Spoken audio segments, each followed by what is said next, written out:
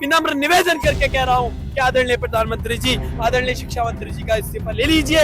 आदरणीय तो है नहीं वो किसी हक से, आदरणीय का तो कोई टैग ही नहीं है उनका। मैं मेरी सिस्टर नीट का पेपर दिया था उन्होंने, और उनका पेपर मतलब उन्होंने दिया तो उन्होंने कहा मुझे कि अच्छा हुआ है पेपर, ठीक है बोला अच्छी बात है। फिर न्यूज आती है कि नहीं पेपर तो लीक हो गया है, वापस से रीनेट अटेम्प्ट देंगे। तो वो काफी डिप्रेस हो चुकी थी। मैं उसको देख के बहुत रोता था, बहुत ज्यादा डिप्रेशन में थी वो। मैंने उसका करियर स्विच करा दिया पूरा, की कोई बात नहीं कुछ और कर ले, जाने दे। लेकिन इससे होगा क्या?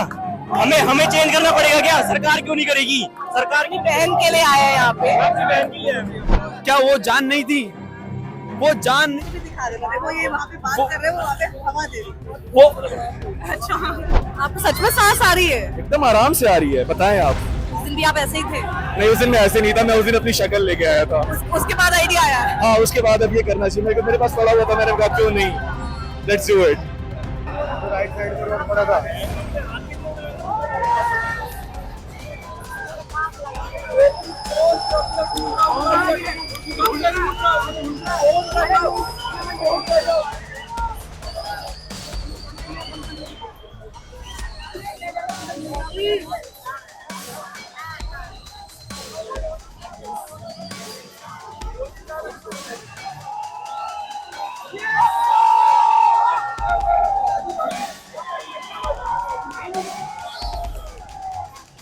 हो क्या रहा है वहाँ?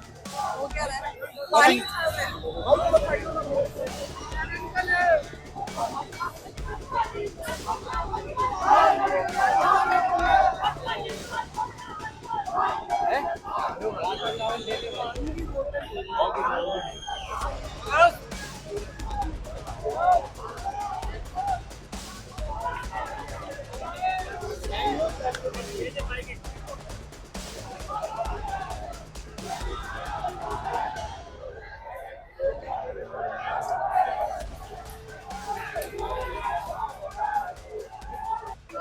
नमस्कार, आपके साथ मैं हूँ साक्षी जोशी। 22 जुलाई की रात के 11 बजे इस वक्त आप देखिए तस्वीर इस तरह की है।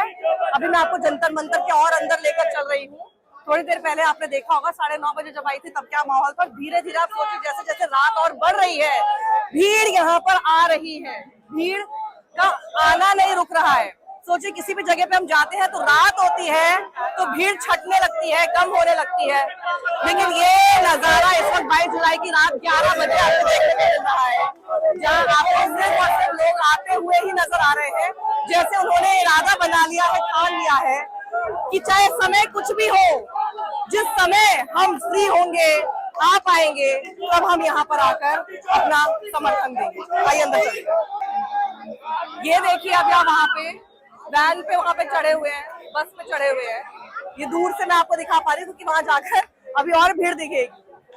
वहां पर चढ़े हुए हैं, आपको यहाँ पे देशभक्ति के गाने चलते हुए नजर आएंगे और तिरंगा लहराते हुए ये सब लोग।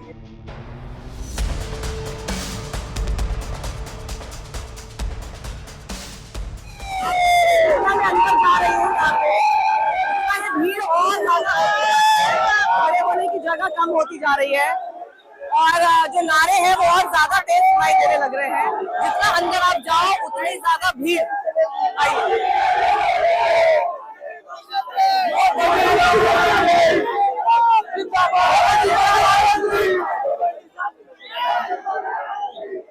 क्या नाम है आपका? मेरा नाम उवेश।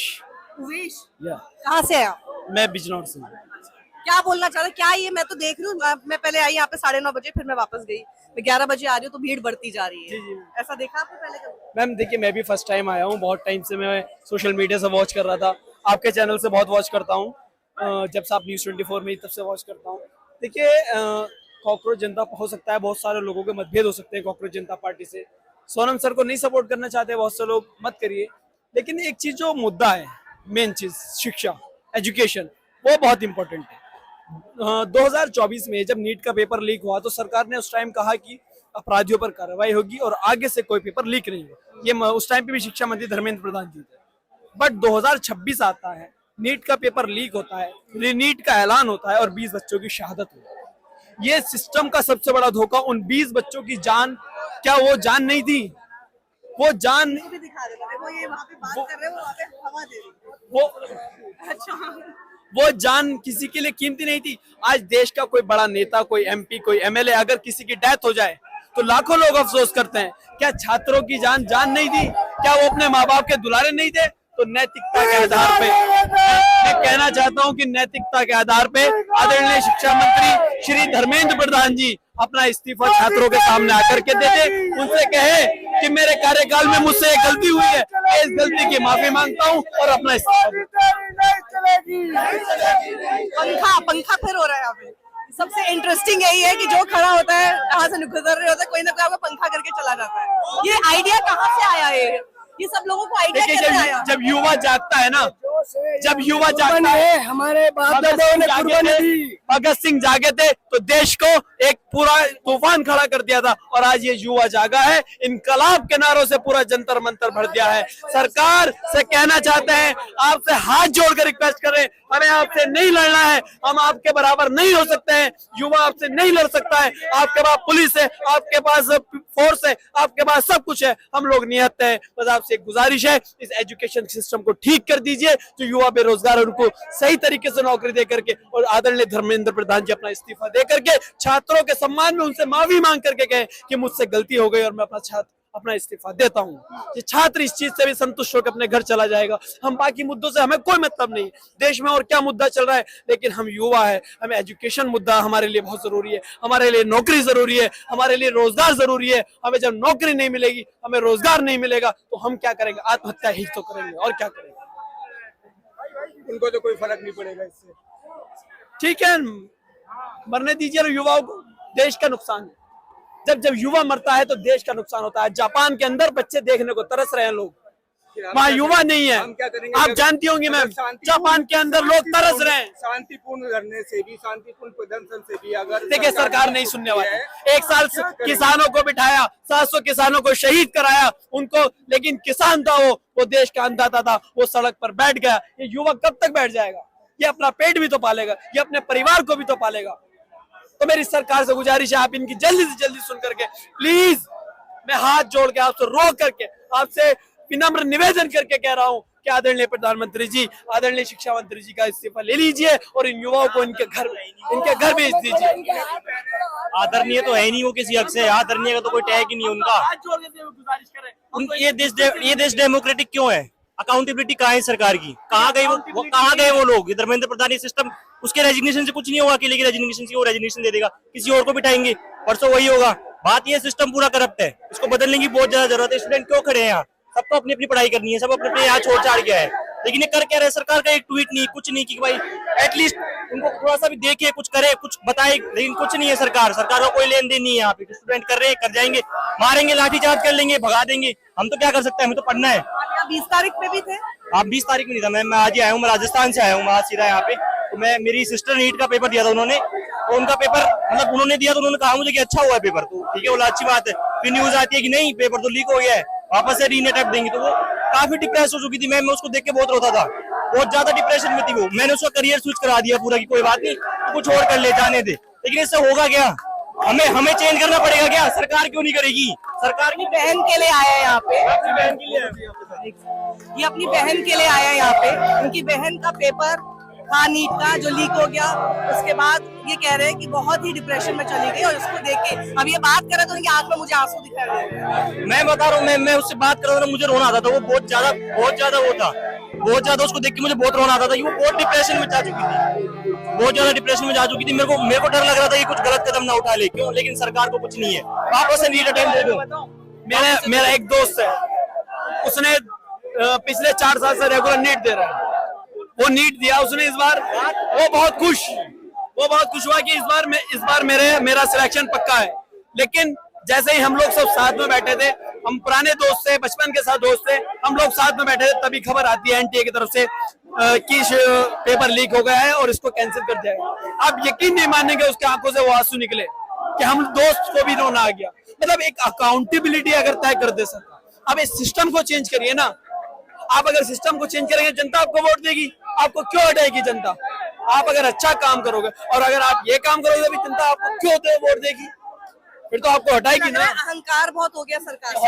ऐसा लगता है कि इनको कोई हटा नहीं सकता, क्यों? क्योंकि इनके पास राम मंदिर का डिस्प्यूट है। हम राम मुस्लिम कर देंगे तो सब लोग हमारी साइड हो जाएंगे। राम मंदिर में फ्रॉड हुआ है अभी मैम, वो जो इलेक्शन, वो जो कमेटी बैठी थी, उनका फ्रॉड हुआ। उन्होंने उसका टैक्स जो भी था, जो भी कलेक्शन था, वो फंड का कोई वो नहीं है उसमें। शायद 13 जनों की बेंच थी, वो जो भी उसमें बैठते थे वो कॉर्पोरेट वाले, उसमें सारे 12 लोग बीजेपी के मेंबर थे।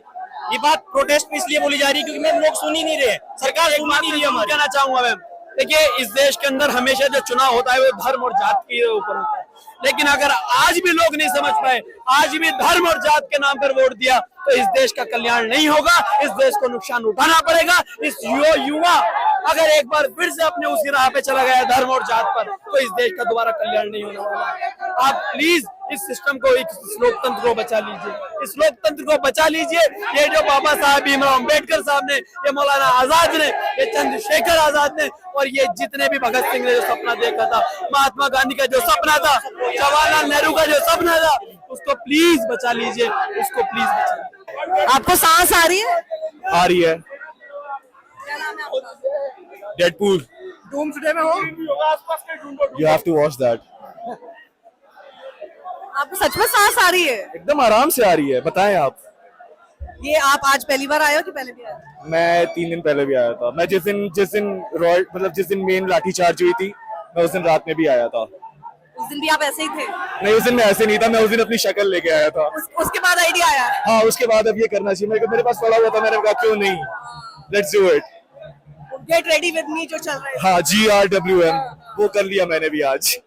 तो ये क्यों लगा आपको कि इसकी जरूरत है कि कभी भी आंसू गैस के गोले छोड़े जाएंगे? तो कुछ भी हो सकता है, you never know. Modi ji अभी कुछ भी करवा सकते हैं हमारे लिए। वो आंसू गैस के गोले, लाठी ऑलरेडी ये सब कर चुके हैं। तो अब हम लोग को जैसे भाई ने कहा, थैनोस से ज्यादा खतरनाक है अभी मोदी जी।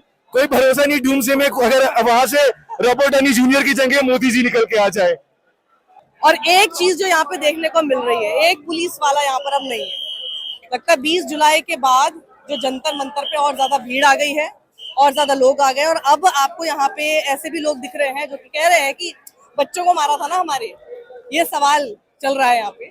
और बड़े लोग भी आ गए हैं, और जैसे कि वो सॉलिडारिटी में कि भैया इतने बच्चों को मार दिया, और उसके बाद यहाँ पर एक भी पुलिस वाला आपको दिखाई नहीं दे रहा। पूरी की पूरी जगह सिर्फ और सिर्फ प्रदर्शनकारी है, सिर्फ और सिर्फ पूरी जगह सिर्फ वही लोग।